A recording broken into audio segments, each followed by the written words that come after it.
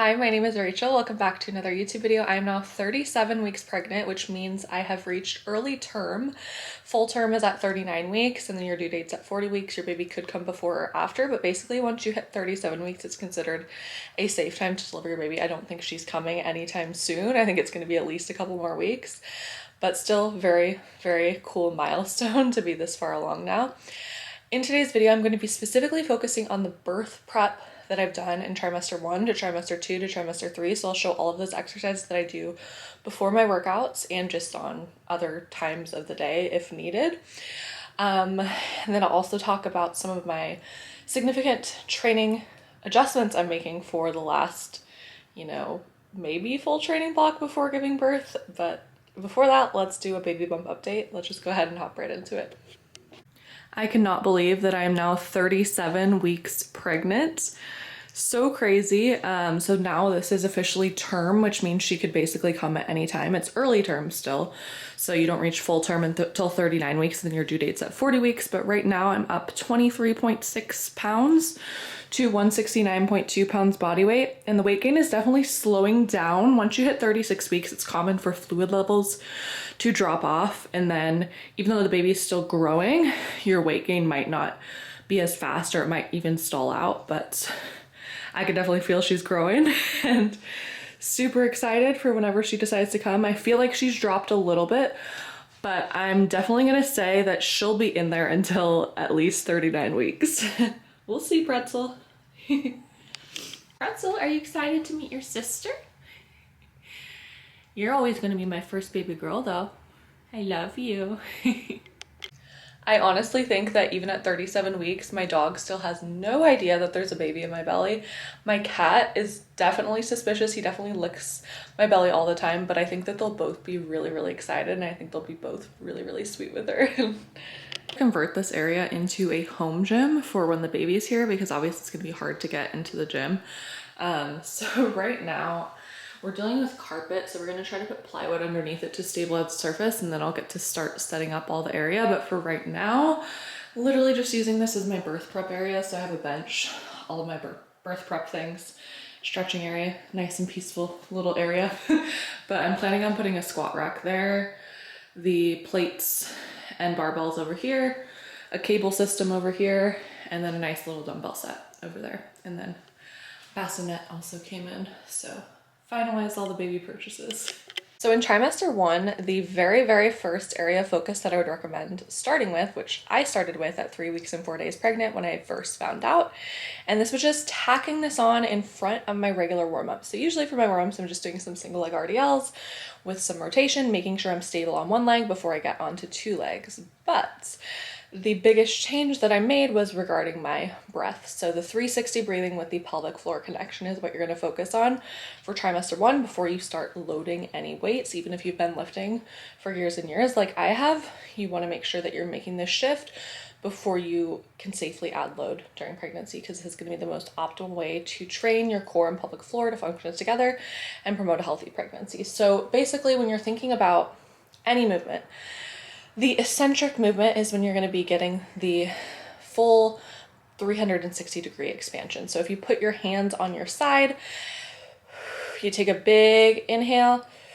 you should be feeling your side, your back, and your stomach expand with air.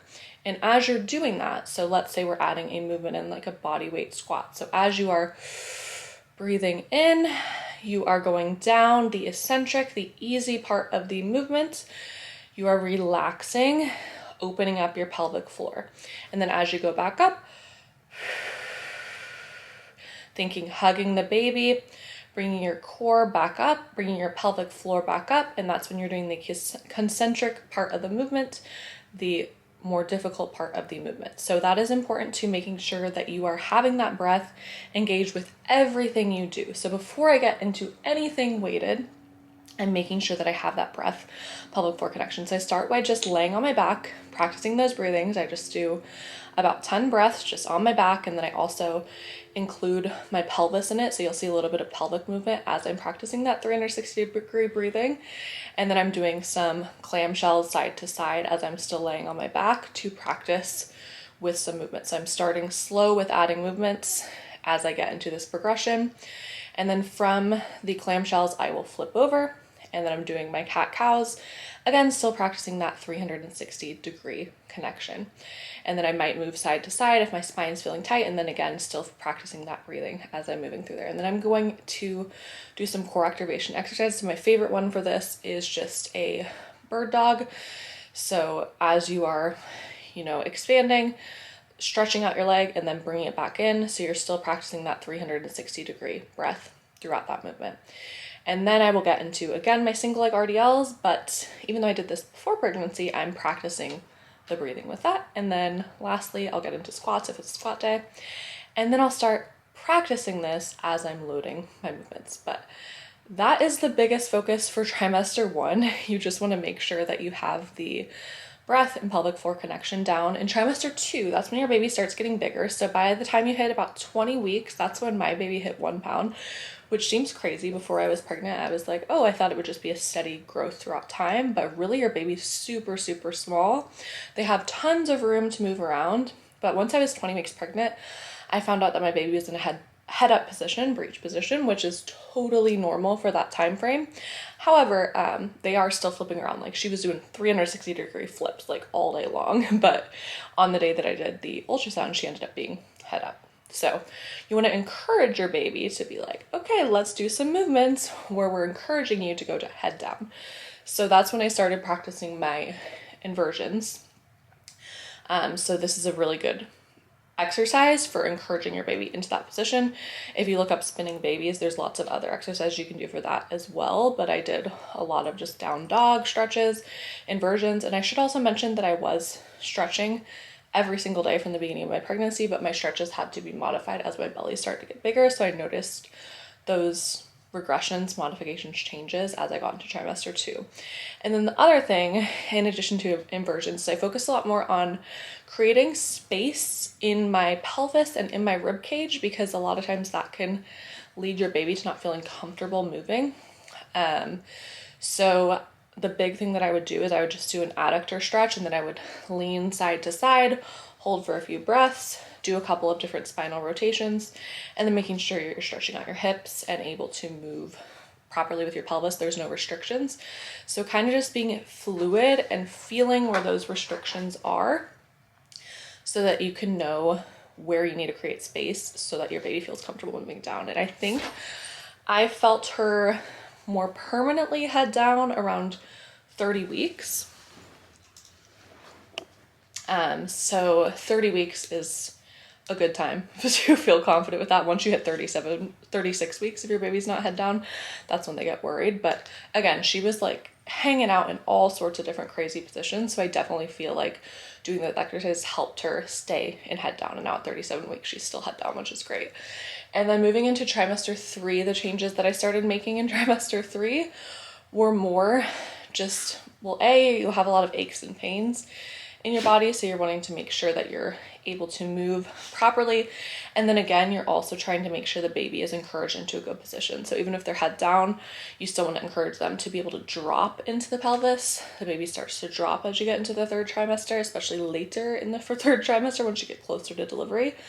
So I do a lot of exercises on stability balls where I am just moving intentionally with my breath, loosening everything out, making sure that everything feels comfortable.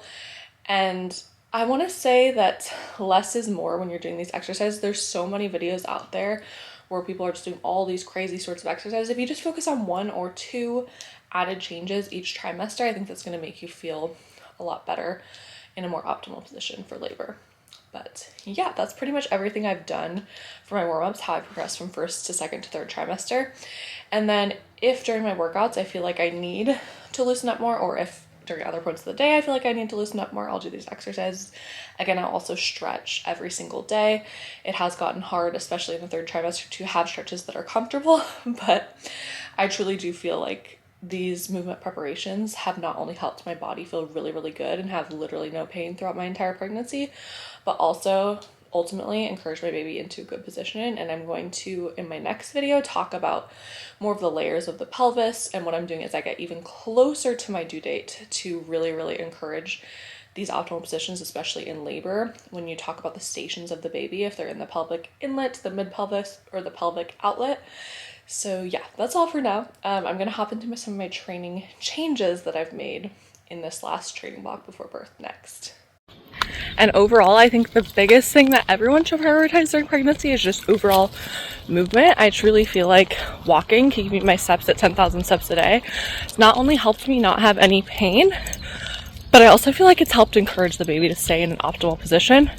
Because if you're sitting, that's not going to be aligning your pelvis properly. You're not creating a lot of space. You're very rigid. You're very stiff. So I think it's honestly helped a lot. And then this girl gets her exercise. All right, so in terms of my actual workouts, the biggest changes I'm making are just significant volume reductions. I already, as soon as I started being pregnant, have had significant volume reductions from my regular training level pre-pregnancy. But in trimester 3, I'm really focusing more on, again, incorporating the 360-degree breathing and pelvic floor connection with weighted movements, like I talked about in the bulk of this video, all of those bodyweight exercises that I'm doing to help target that, and then building on with that with some light weighted movements. So I'm still focusing on a lot of unilateral work and things that feel really, really good for just helping keep my baby in a good alignment. And then doing a lot more machine exercises, making sure that everything is stable, comfortable, that I'm not taxing my nervous system too much. On squats, I'm significantly pulling back. I'm only doing 4 working sets per week, and that's spread out across 2 days. So literally just a top set and then a back off set on my primary squat day, and then on my secondary squat day, just 2 very, very light volume sets, just to make sure that I'm keeping the movement in. But again, it's going to be very light and conservative and nothing crazy or taxing. And then the rest of the workout is more fun, like adding in a little bit. I think I add in 1 extra exercise per day, just at the lower intensity. So an example of that is on my primary deadlift day. After I finish my deadlifts, I'm doing a superset of Copenhagen planks with split squats, Bulgarian split squats with an offset kettlebell load. So very, very light. One of those is a bodyweight movement. One of them literally just loading with 16 kilos. But focusing on my pelvic floor and my breathing, that superset feels really, really good, especially after doing deadlifts and getting that slight volume in. And my deadlifts, I backed off from 6 sets of deadlifts to only 4. And that is including my sumo deadlifts, which I did not even really count as working sets because I go super, super light because I'm not a sumo puller. And the other change is with deadlifts at 29 weeks, that's when I stopped pulling off the floor. I did 3 mat elevated deadlifts. At 33 weeks, I added a 4th mat, and now at 37 weeks, I added a 5th mat. So I'm elevating my deadlifts even more just to create more space in my belly so that I'm able to comfortably pull and still be able to work in the conventional deadlift movement pattern. And then on my sumo deadlifts, I can still pull off the floor because obviously your legs are spread super, super wide. You have plenty of space to reach the bar, but just going very, very light, still sticking with about RP5 on my compound movements. And then on those lower body days, just focusing more extra attention on the breath and pelvic floor connection with some different accessory movements and some core focused exercises that are dynamic. And then for upper body, I really did not have to change much at all, just because upper body is very non-taxing on the body because you're not using your whole body as a unit. It's kind of like broken up into isolated body parts. And bench is still feeling comfortable benching with my feet on the ground, still not doing an arch, obviously, just tucking my shoulder blades together the bare minimum amount to stabilize my lats. And then making sure I'm doing a lot of single arm movements so that I can get that core connection in. Doing a little bit of core exercise on my upper body day and getting some hypertrophy work in. Just overall, again, maintenance is the goal, making sure that everything feels safe and comfortable as always. But everything has been feeling really, really great. And I'm doing these workouts impromptu, so I have an overall plan that I would lift to if I make it to 40 weeks pregnant. But of course, every single day I'm going to evaluate how I'm feeling. And then if I need to back off even more from that, I will. But anyways, that is all for today's YouTube video. In my next video, I'm going to break down more specifically how I'm prepping for birth, because that's when the baby really, really starts to drop. So focusing on the layers of the pelvis and what you want to do, different types of movements you want to do when your baby is in the pelvic inlet versus the mid-pelvic versus the pelvic outlet. So that is my plan. And then I'll also show some training updates. Probably only one more video for this pregnancy, Very, very exciting. But anyways, I hope you have a great rest of your day. Thank you for watching, and I will see you in the next one.